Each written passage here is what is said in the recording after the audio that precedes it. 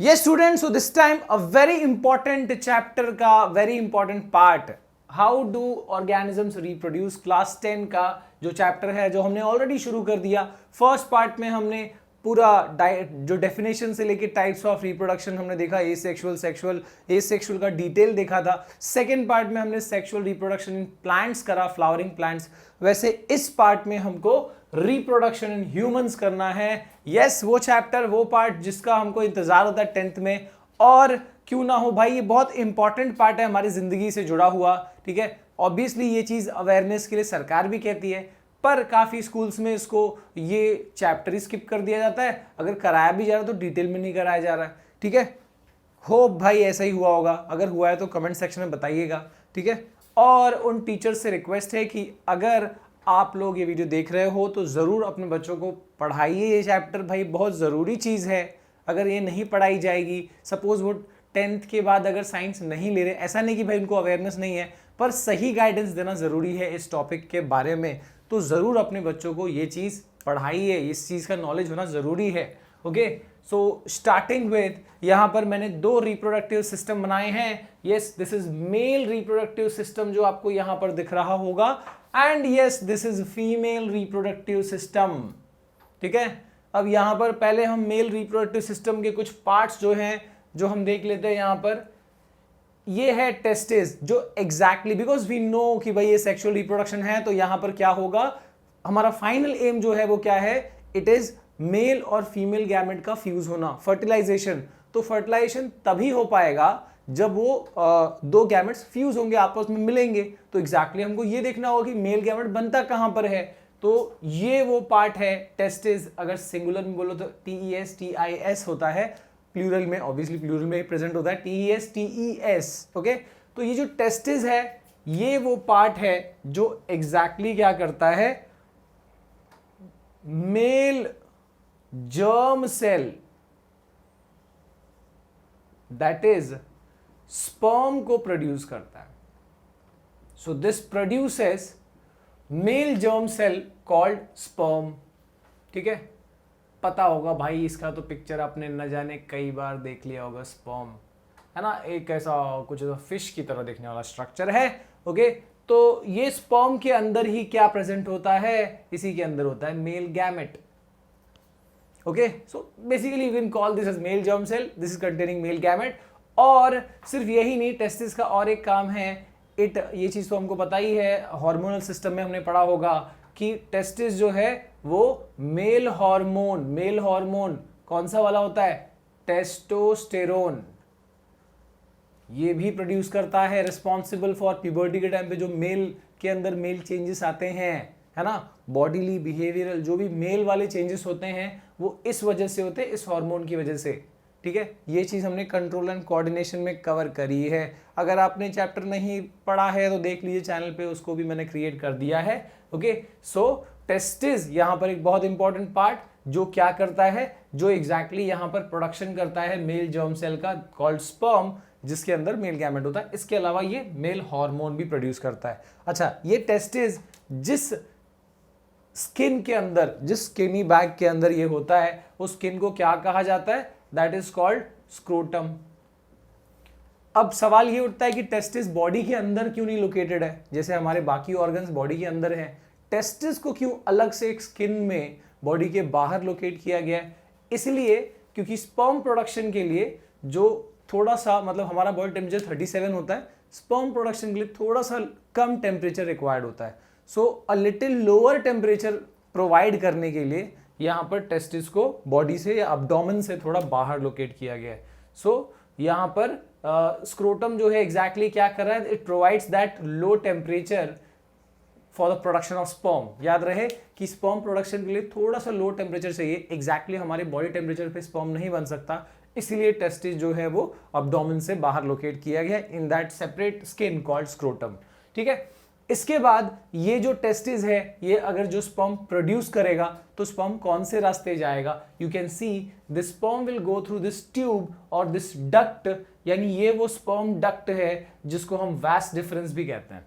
Okay, सो testis से जो sperm बनेगा वो स्पर्म डक्ट से यहां से ऐसे जाएगा और इस रास्ते से यानी इस यूरेथ्रा वाले रास्ते से पेनिस के थ्रू वो आगे का रास्ता तय करेगा। हाँ जी भाई, आगे का रास्ता तय करेगा जब जाना होगा तब, ऐसा नहीं कि 24 घंटे लाइन चालू रहती है। ओके, तो यहां पर ये रास्ता है एग्जैक्टली स्पर्म का। अब आप एक चीज और देख सकते हो कि ये जो यूरेथ्रा है ये सिर्फ स्पर्म का रास्ता नहीं है ना, ये एक कॉमन ट्यूब है जो यूरिन के लिए भी बना है, यूरिन भी यहीं से पास होता है, स्पर्म भी यहीं से पास होता है। So urethra is that tube in case of male reproductive system. Urethra is that tube which forms the common passage for sperm as well as urine. Okay, देख सकते हो आप यहां पर, देखो ये यूरिनरी ब्लैडर है, ये किडनी से आया हुआ यूरेटर जो यूरिन कैरी करके ला रहा है, यहां पे स्टोर करता है और टाइमली यहां पर यूरिन यहां से पास किया जाता है। सो यूरेथ्रा जो है यहां से स्पर्म और यूरिन दोनों ही पास करने वाली कॉमन ट्यूब है।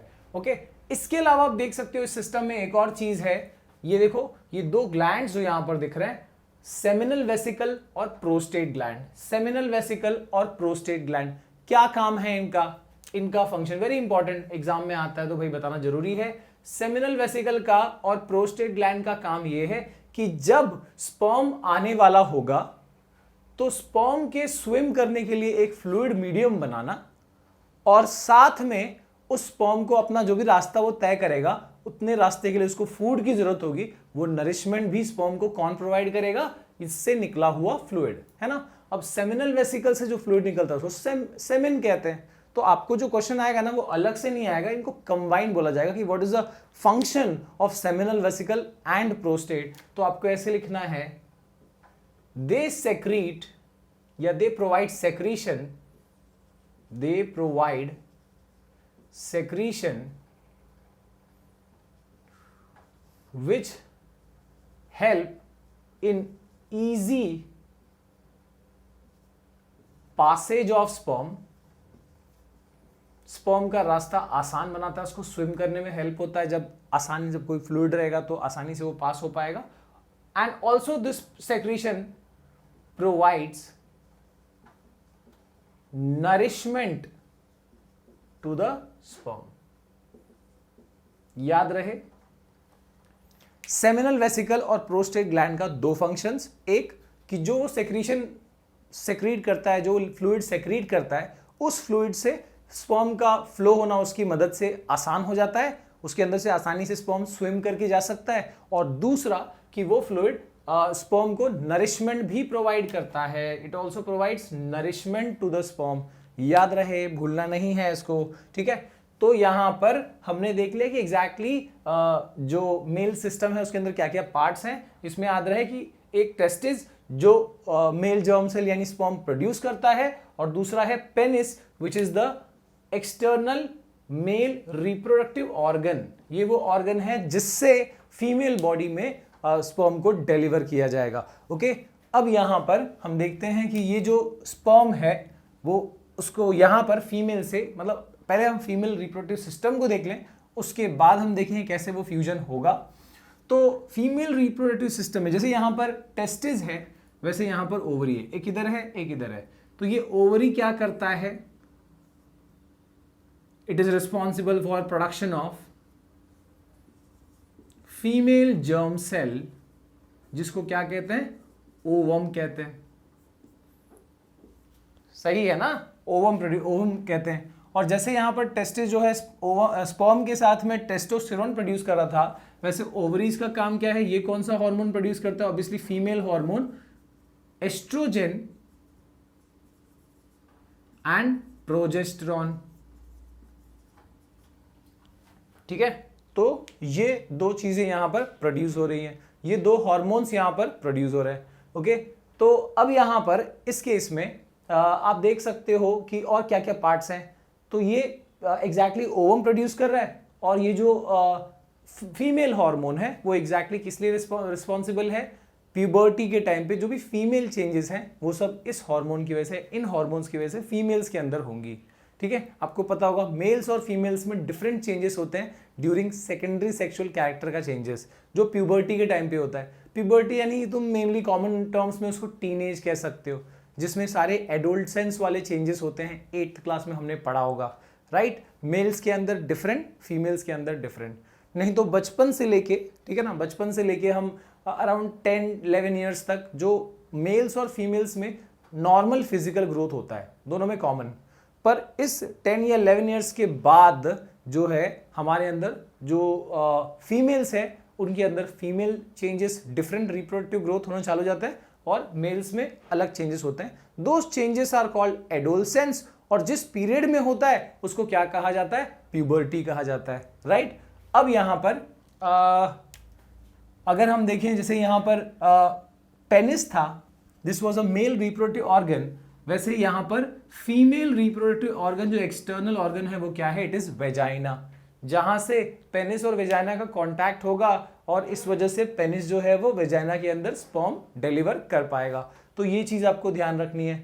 जैसे यहां पर टेस्टिस है वैसे यहां पर क्या है? ओवरी है, और जैसे यहां पर पेनिस है वैसे यहां पर वेजाइना है। ओके, अब इसके बाद ये देखते हैं कि ये एग्जैक्टली इस केस में जब अगर फर्टिलाइजेशन हुआ, मतलब कि अगर ये मेल और फीमेल जो ऑर्गन्स है इनका फ्यूजन हुआ तो एग्जैक्टली क्या होता है?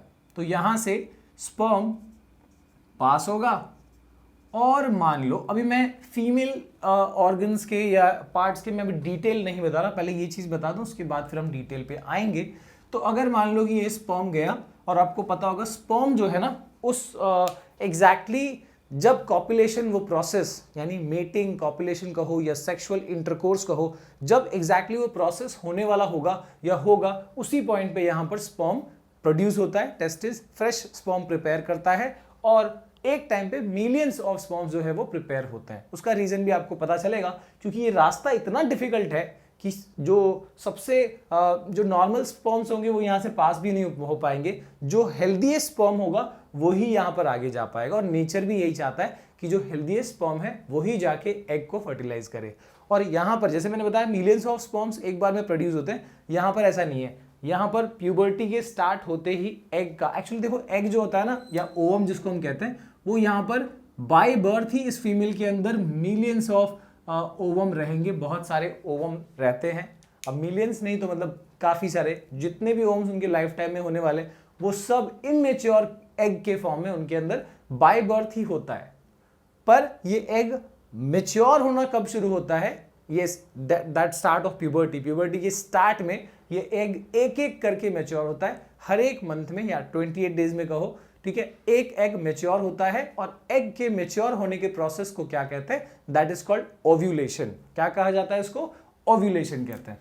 तो मान लो कि मैं अभी फिलहाल जो हम बात कर रहे थे कि यहां से स्पर्म जाएगा, तो सपोज कि अब ये यहां पर इस पार्ट में एक एग मेच्योर हुआ है ना। तरीका क्या होता है? एक मंथ में इधर एक एग मेच्योर होगा, अगले मंथ में यहां पर एग मेच्योर होगा, फिर नेक्स्ट मंथ में इधर होगा, तो ये ऐसे अल्टरनेट रहता है, एक एक मंथ में एक एक साइड में एग मेच्योर होगा, ठीक है। और एक टाइम पे एक ही स्पर्म, मिलियंस ऑफ स्पर्म है, पर ये एक टाइम पे एक ही एग यहां प्रेजेंट है, ठीक है। तो अब ये जो यहां पर कॉपुलेशन या मेटिंग वाला प्रोसेस हुआ, जिससे पेनिस ने वेजाइना के अंदर स्पर्म डिलीवर किया, तो ये स्पर्म जो है यहां से एग्जैक्टली इस रास्ते बहुत सारे जो भी स्पर्म जा रहे हैं, अब यहां से जो स्पर्म गया उसका तो भाई पोपट हो गया, क्योंकि वो एग्जैक्टली वहां पर तो कोई मेच्योर एग था ही नहीं, हाँ भाई पोपट ही हो गया। और यहां पर इस तरफ से जो स्पर्म सबसे पहले जाके इस एग को फर्टिलाइज करेगा, है ना, वहीं पे फ्यूजन प्रोसेस होगा, जिसमें ओवम और स्पर्म फ्यूज होके और फर्टिलाइजेशन प्रोसेस से जाइगोट फॉर्म करेंगे, यानी वो पहला डाइप्लॉइड सेल फॉर्म करेंगे उस नए ऑर्गेनिज्म का, राइट।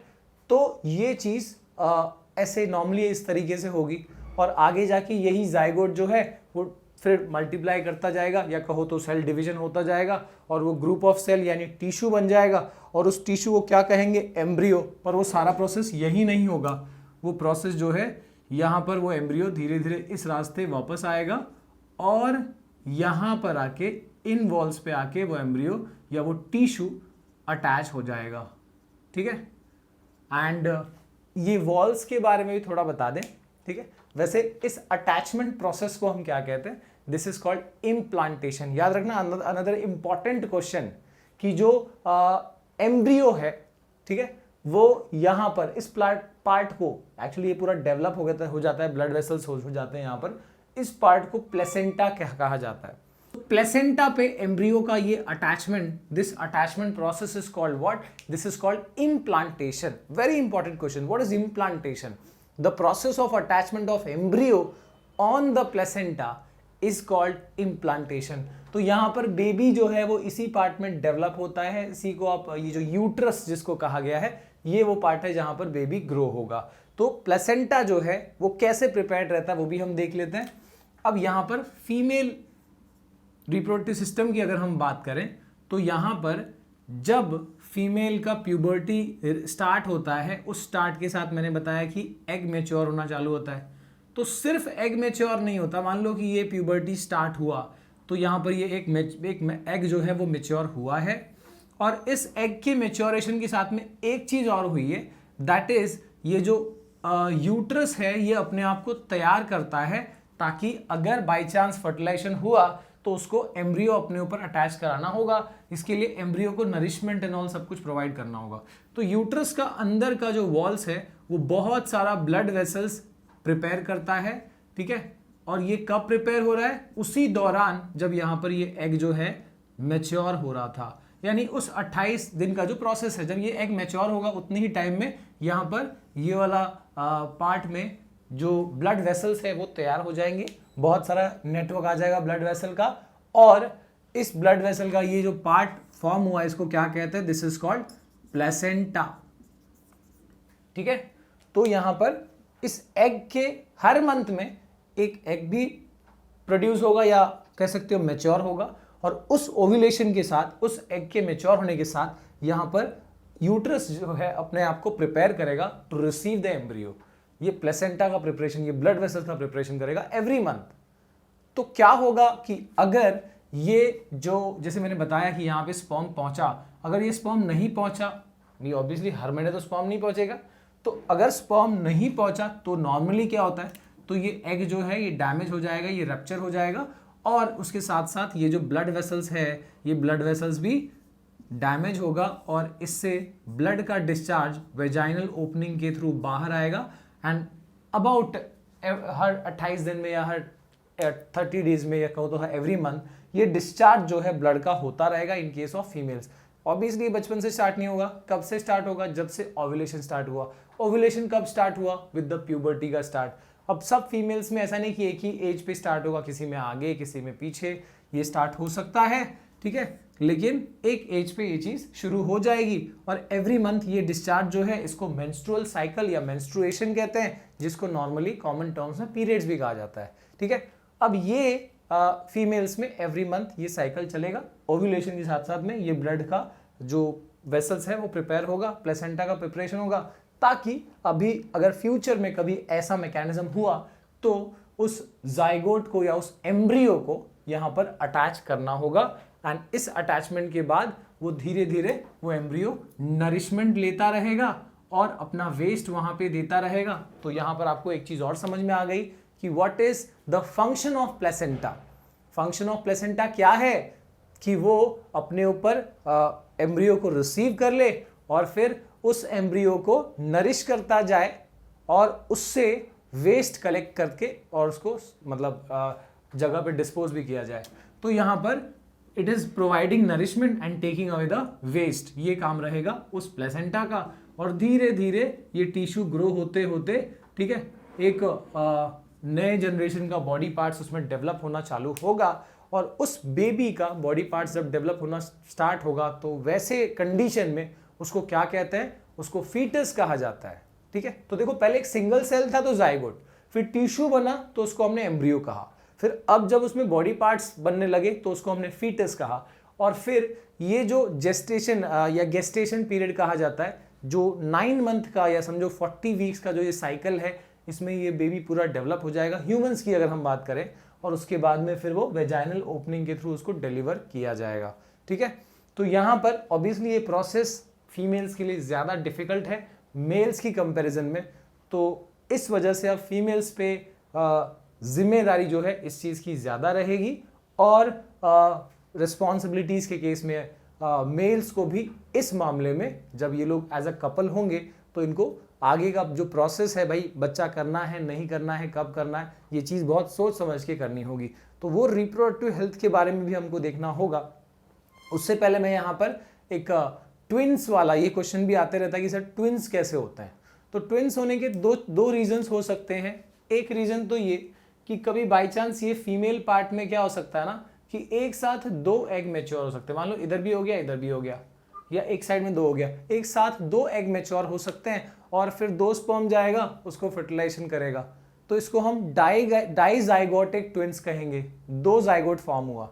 और एक होता है जिसमें मोनोजाइगोटिक, उसमें क्या होता है एक ही एग था, स्पर्म गया और वो एक जो जाइगोट जो फॉर्म हुआ वो आगे जाके वो जाइगोट 2 पार्ट्स में बढ़ गया, ठीक है, यानी एक ही जाइगोट 2 में बढ़ गया, that will be called monozygotic. और नॉर्मली मोनोजाइगोटिक ट्विंस ही आइडेंटिकल होते हैं। डाइजाइगोट जो अलग अलग ओवम के फर्टिलाइजेशन से हुआ है वो आइडेंटिकल नहीं होंगे, एक जैसे नहीं दिखेंगे, ठीक है। तो ये चीज एक थी, कम से कम इसको हमको क्लियर करना था। और इसके अलावा यहाँ पर हमने ऑलमोस्ट सारी बातें यहाँ पर कर ही ली हैं डिस्कस। अब हम यहाँ पर आगे जो रिप्रोडक्टिव हेल्थ के बारे में है वो चीज भी समझ लेते हैं। अरे यार इसको मिटा दिया, तो कोई बात नहीं। अब इसमें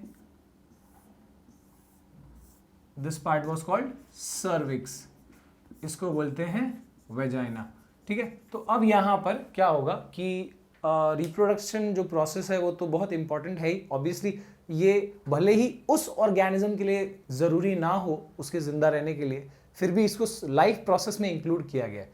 लाइफ प्रोसेस क्या होता है, all those process which are essential for survival.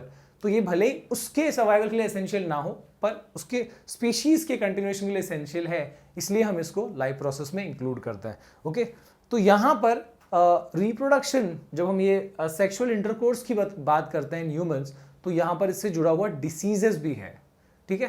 तो सेक्सुअली ट्रांसमिटेड डिसीजेस कहते हैं उनको, एसटीडीज। तो ये सेक्सुअली ट्रांसमिटेड डिसीजेस खतरनाक वाले भी होते हैं। इसमें आपको याद रखना है, क्वेश्चन आता है कि name any 2 viral STDs. Viral STDs में 2 है, एचआईवी और वार्ड्स, ठीक है, और टेक्स्ट बुक में दिया हुआ है आपको। और बैक्टीरियल में gonorrhoea and syphilis. Gonorrhoea and syphilis bacterial STDs, bacteria से हुआ sexually transmitted disease is gonorrhoea and syphilis. और जो वायरस से हुआ एसटीडीज है उसमें एचआईवी, एड्स और वार्ड्स। तो ये 2 चीज आप याद रखें। और इससे जुड़ा हुआ ऑब्वियसली सेक्सुअली ट्रांसमिटेड डिसीज है, तो भाई उससे बचने का क्या उपाय है। तो उससे बचने का उपाय ये है कि we can use a contraception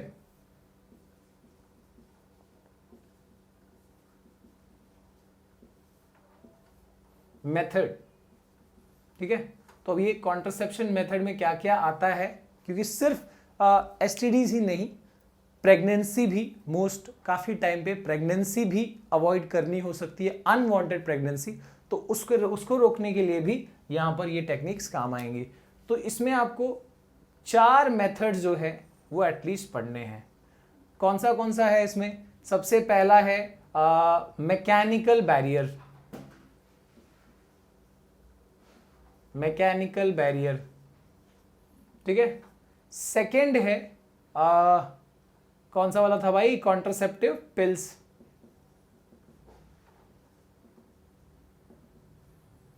third है इसके अंदर intra uterine contraceptive device, intra uterine contraceptive device. और चौथा है यहां पर सर्जिकल मेथड,